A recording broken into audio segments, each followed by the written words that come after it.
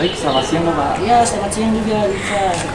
Saya Binsar dari pihak Teranovakin ingin mewawancarai Bapak terkait proyek yang telah kami buat. Oh iya, boleh, silakan. Sebelumnya dengan siapa ya Bapak? Oh iya, nama Bapak Kenan Kersena Frasamu atau biasa dipanggil sama murid-murid di sini Pak Kenan aja.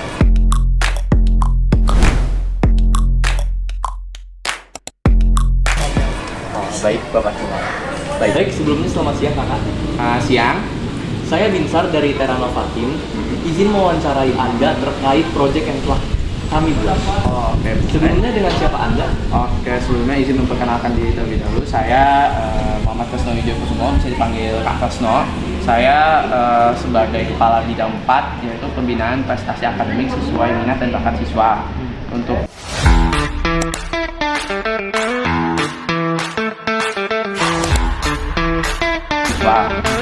di SMA 59 ini, bidang saya menaungi dua ekskul, yaitu ekskul opsi dan ekskul kelompok ilmiah remaja atau KIM. Baik Kakak Kresno. Oke, dalam wawancara kali ini saya ingin memberikan 4 pertanyaan yang siap Kakak jawab ya. Oke, baik. Oke, untuk yang pertama itu menurut Bapak setelah adanya program makanan bergizi gratis, apakah volume sampah organik seperti kulit buah itu terlihat meningkat di sekolah? Oh iya, mungkin dari pandangannya Bapak ya, dengan diadakan MBG atau makan bersih gratis ini, sudah pasti ya sampah organik itu dia akan bertambah volumenya dari yang sebelumnya MBG itu tidak diadain. Itu mungkin kita bisa lihat volume sampah organiknya tidak terlalu menumpuk, tapi dengan semenjak adanya MBG ini ya pasti sama-sama organik seperti yang sudah dikatakan bicara tadi, seperti kulit-kulit buah-buahan atau sisa-sisa makanan yang tidak dihabiskan oleh peserta didik itu pasti menumpuk dan pasti banyak sisanya. Berarti dapat disimpulkan bahwa dengan adanya program makanan bergizi gratis, jumlah sampah organik itu semakin meningkat. Iya, betul.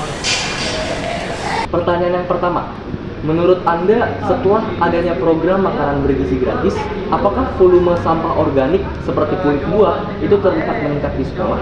Oke, kalau boleh jujur dari yang aku lihat bahwa untuk kulit buah yang ada di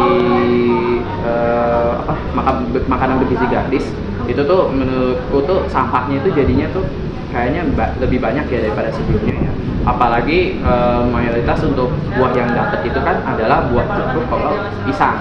Nah, kalau yang biasanya aku perhatikan itu biasanya banyak orang yang melempar kulit jeruk terus tidak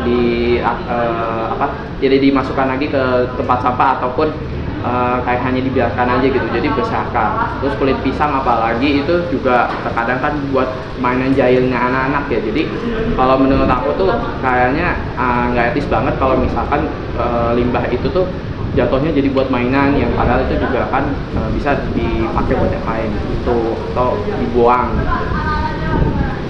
Berarti dapat disimpulkan bahwa jumlah sampah makanan bergizi gratis itu meningkat di sekolah? Betul, meningkat. Oke, baik. Baik, selanjutnya. Untuk pertanyaan yang kedua, bagaimana Bapak melihat kebiasaan siswa dalam membuang maupun memilah sampah baik organik maupun plastik dalam kegiatan sehari-hari? Oke, kalau yang sepengalamannya Bapak ya, sepengalaman Bapak mungkin pernah juga Bapak lakuin.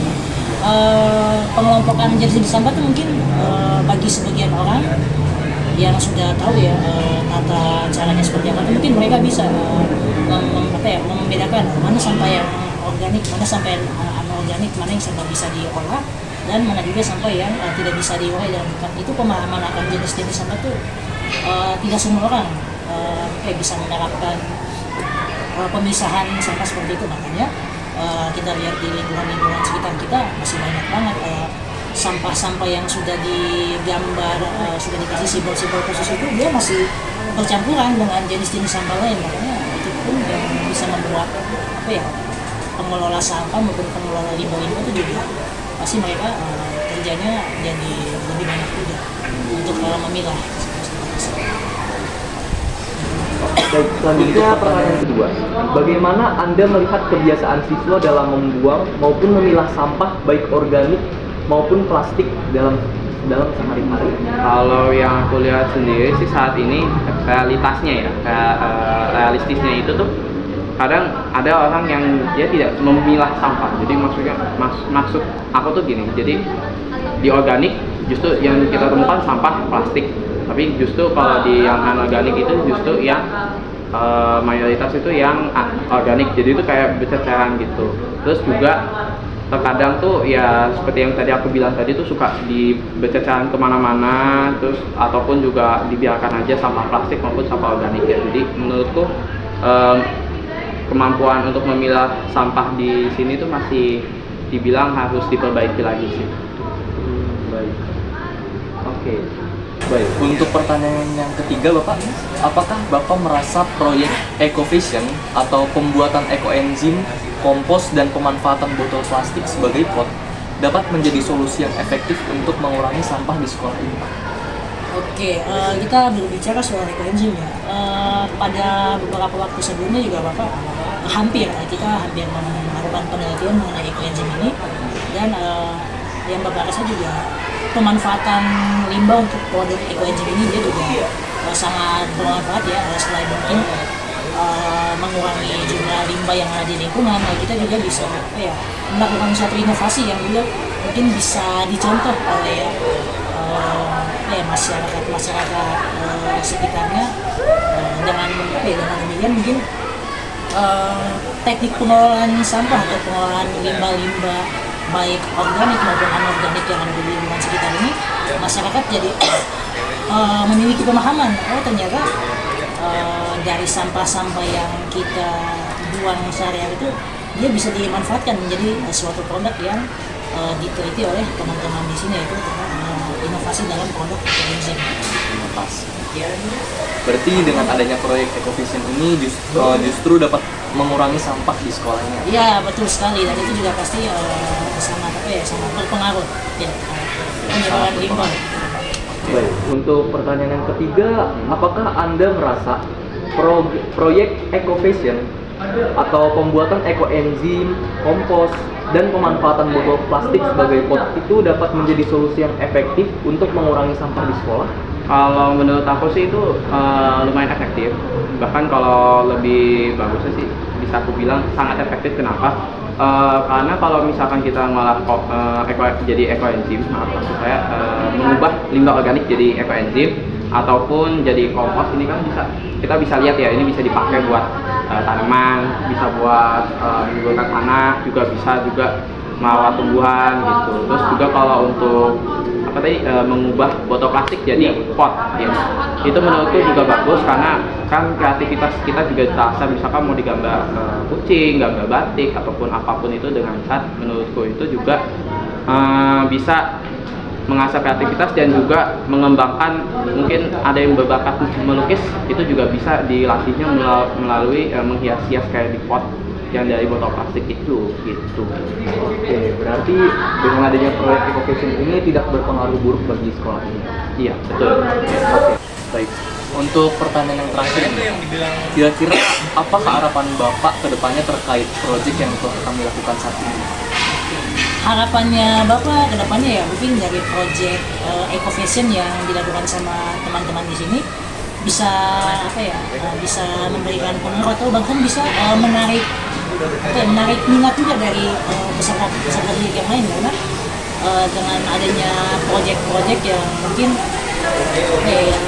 berpengaruh atau yang berguna untuk lingkungan sekolah itu pasti jangankan kalian peserta didik, mungkin para guru ataupun tenaga pendidik di sekitar sekolah ini juga akan sangat mendukung apa yang dilakukan oleh teman-teman kelompok ini untuk melakukan suatu inovasi dari proyek ekonomi ini. Dan mungkin harapannya ya semoga dengan langkah yang kalian ambil ini bisa menumbuhkan peserta didik dengan inovasi-inovasi dan juga karya-karya berikutnya yang juga bisa melanjutkan penelitian yang sejalan dengan dunia. Dan juga itu semuanya demi kebaikan kita bersama untuk lingkungan kita. Mungkin itu saja 4 pertanyaan yang telah saya berikan kepada Bapak. Terima kasih banyak sebelumnya Bapak telah mengikuti wawancara pada kali ini. Kiranya wawancara ini dapat menjadi evaluasi bagi kami agar proyek kami ke depannya dapat menjadi semakin lebih baik lagi. Ya, terima kasih banyak juga Binsar sudah menyempatkan diri untuk wawancara. Terima kasih banyak ya Bapak. Siap. Oke. Untuk pertanyaan terakhir ini, kira-kira apa harapan Anda ke depannya terkait proyek yang telah kami buat ini? Oke, mungkin kalau dari project ini tuh yang pertama sih semoga project ini jadi berkelanjutan. Jadi ini tidak hanya terbatas mungkin pada sekarang ini, mungkin tahun-tahun berikutnya akan terus berjalan, maupun tidak hanya satu pihak tapi juga semua pihak dilibatkan.